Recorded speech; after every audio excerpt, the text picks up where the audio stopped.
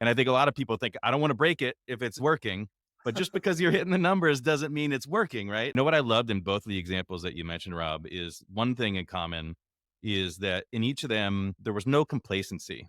You were inspecting the business and what was going on, even though you're hitting the goals and you're winning. Toto Wolff, the team principal for Mercedes, he has this idea in his culture that even when we're winning, we're always looking at every single detail to make sure that could we have been better? Could we be doing something different?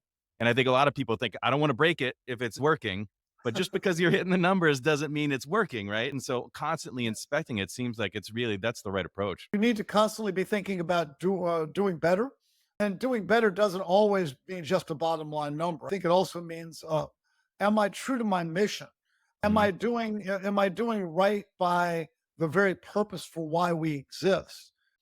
So, a lot of companies think of themselves as having only one stakeholder, and that's their shareholders. If it's right for the shareholders, which often means, is it right for the stock price this month? Then we do it. And I think investors and shareholders are very important.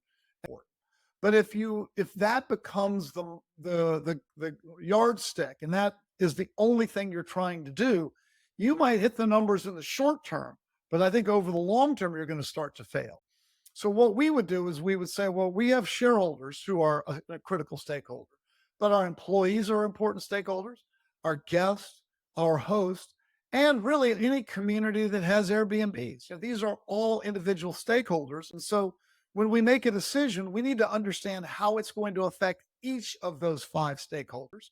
And obviously, you're not always going to be able to make decisions that are good for all five stakeholders. But if you're consistently doing things for the benefit of one group and ignoring the other stakeholders of your company, I think you're not setting yourself up for long-term success.